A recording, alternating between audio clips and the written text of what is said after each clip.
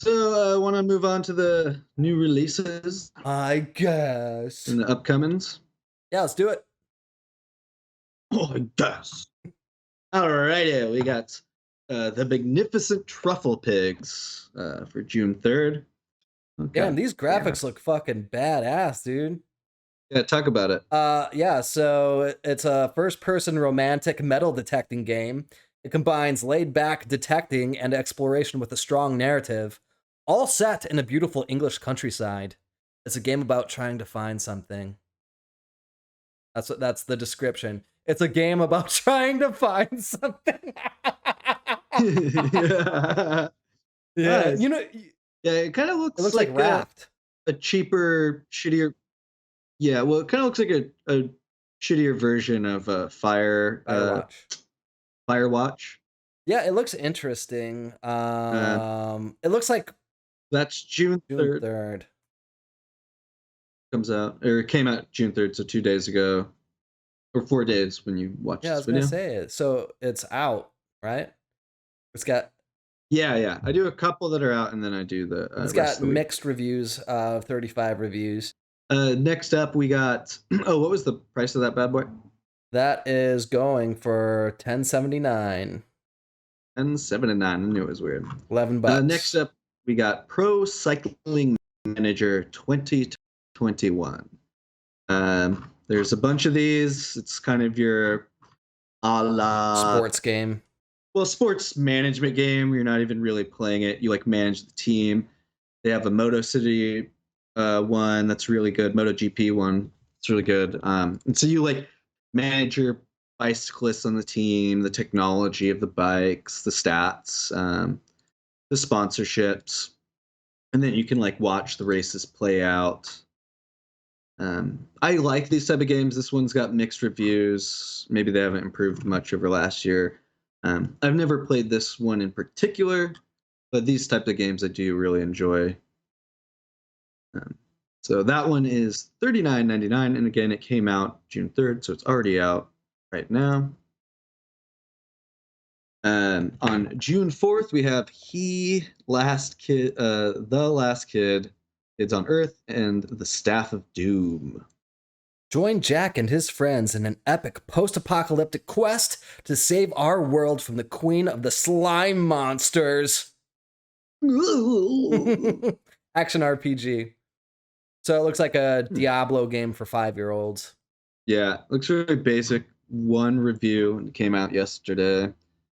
Probably one of the devs. But that's Xbox, PS4. What's the price on that? $39.99, probably overpriced by quite a bit. Yeah. Jeez, that's actually quite the price for that game. Yeah, what it looks like. It looks like it should be a $20 game at most. But at most, yeah, I was thinking like 15. Then we got the Persistence Enhanced PC, PS5, Xbox Series X. Looks like it actually came out on PC a little while ago. So maybe I guess this is the enhanced version. So, survive aboard a doomed deep space colony starship overrun with horrific and murderous aberrations. That one? Yeah. Ooh. Yeah. Explore, evade, and fight your way through the depths to bring the ship back to Earth. Gather resources, upgrade abilities, and fabricate an arsenal of weapons in this sci-fi horror roguelike. Mostly positive reviews out of 77. Came out May 21st, 2020 by developer/publisher Firesprite Ltd. June 4th, we have Sniper Ghost Warrior Contract 2. I've never really been into these Sniper Ghost Warriors. I know some people love them. They have really cool head explosion physics. This will be $39.99. And geez, they already have a ton of like DLC weapon packs, skin packs. Yeah, it looks like it actually kind of looks like a fun game to kind of change up, whatever genre you might be playing. Looks like you can actually stealth your way around. You get like technologies like a drone, and you get a set up your gear loadout with grenades and assault rifles and all that kind of stuff. Yeah, and it does definitely looks kind of like if you like have like want to live the fantasy of being like a badass, get hired to like go in and do these contract killings and shit.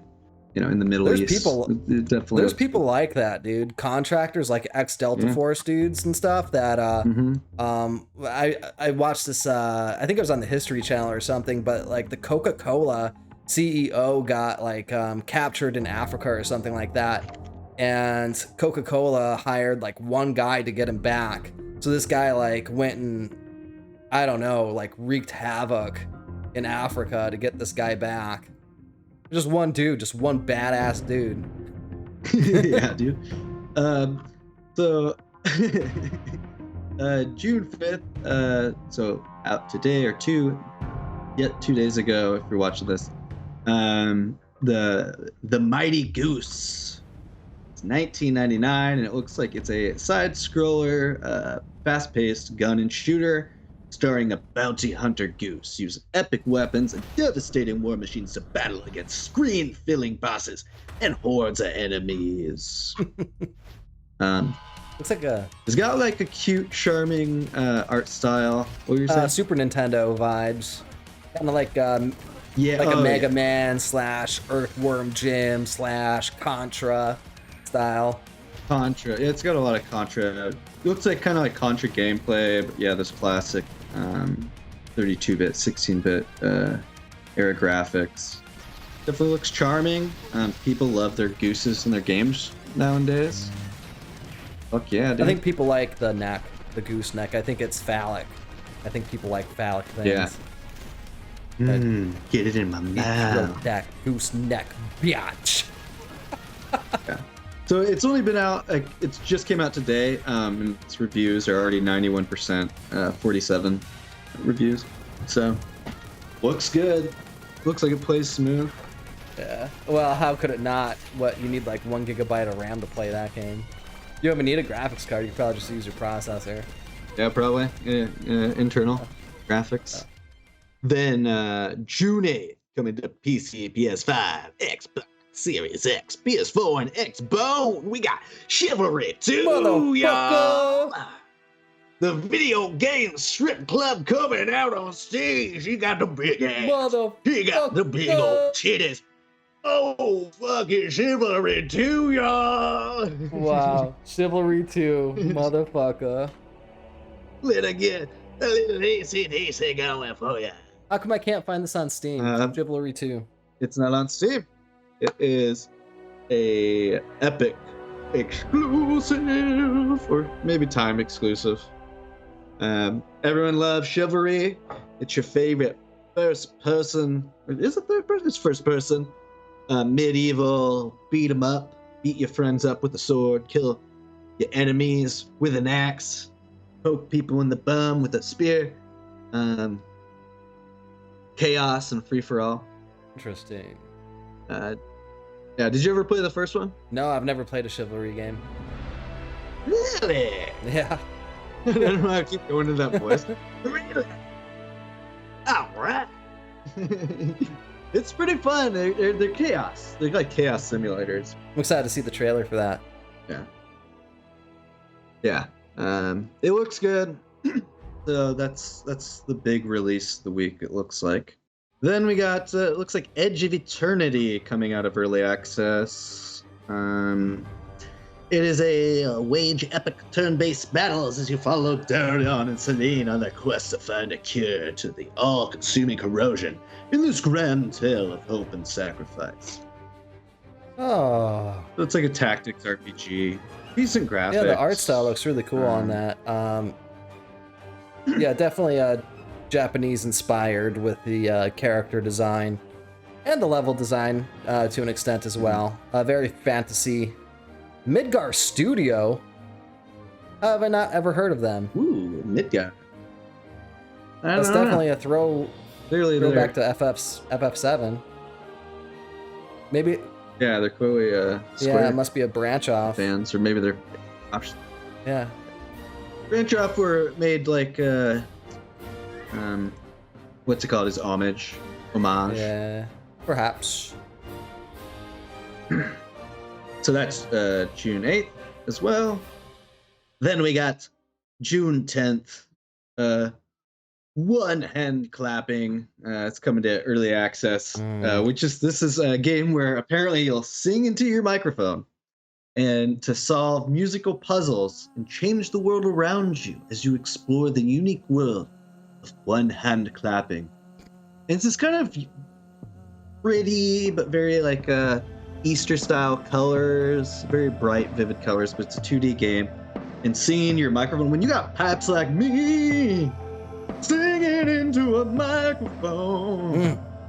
I would just win the game. I mean, I love it. How do the puzzles will solve themselves. You just made me cream a little bit in my pantaloons, man. I made the video game cream itself. I'm interested to see how that works. It's kind of a unique looking game. Yeah. You have no interest in singing in your microphone? No, I'm not the singing type. That's weird. The developer is called Bad Dream Games, which sounds evil. So Evil. I wonder if that evil feel will enter the game somehow. Because it looks like it could be kind of nightmarish. But who knows? Yeah. When you hear like half the people's voices, you're like, this is a nightmare. That one's June 10th. Also June 10th, we got We Are Football. We Are Football basically looks like Football Manager, but they've added graphics to like your football compound and like the pitch you practice on. It looks like you can upgrade the buildings on there, the stadium, and then but otherwise the gameplay itself looks fairly identical to Football Manager, and Football Manager is just such a fucking good game. So they're gonna have a lot to live up to if they're gonna try to make any sort of actual competition for them. Which I hope for, because like I love Football Manager, but I do like the idea of actually having like buildings I can see and upgrade and improve. This doesn't look good to me. That's because you don't understand just how fun looking at numbers can be. Sometimes the game is in a spreadsheet. Sometimes the game is in spreadsheets, and it's kind of in between the graphics in your mind. Sometimes the fun of the game is a user interface error, between the computer and the chair. Sometimes the only problem with the game is between the computer and the chair. And you know who that is. I'm talking about YLU. Okay? Oh, that's interesting. The publisher on that is THQ Nordic, and the developer is Winning Streak Games. So it seems like THQ Nordic is going to hold Winning Streak Games' hand. We'll see. I mean, it looks like it could add some stuff that's not in Football Manager, and I'm all for it because I love those games. So the more they have that are good, the better. But again, like I said, there's just so much that you have to compete with Football Manager because it's had like 20 years of progression. It's an incredibly popular game. Yeah, it looks like they got the stats in that part down, but then it seems like the graphics is kind of like an afterthought almost. Like the graphics don't look good to me. It kind of looks really generic. Well, the graphics on Football Manager aren't great either. And that's because I think when you have the games that are that much of number crunchers, it's already eaten up so many resources. You don't have tons of room, I suppose. Because like Football Manager, you're like, oh, there's like these are no graphics. You could do, a lot with this. But you could then again with Football Manager, you can load up almost every football team in the world onto one fucking database and fry your computer. So, so I don't know how this will scale with that. But some of the interesting things that I don't see in Football Manager though are IPO sales of shares to investors, fan shares, fan support, and followers. So I love those type of things in games. I'm just a sucker for that type of stuff. So, in a career mode. So who knows? it could offer a unique take on that genre that's kind of much needed. It's strange to me how you like sports games so much. Yeah, but I'm not really that into sports. Yeah. I think the last sports game I played was like I'm pretty on much the Xbox 360. Yeah. Yeah. I love I mean, they're RPGs. I love RPGs. They're RPGs. And they go back to something, even though I don't watch a lot of sports, I watch football. And then like the championships of sports.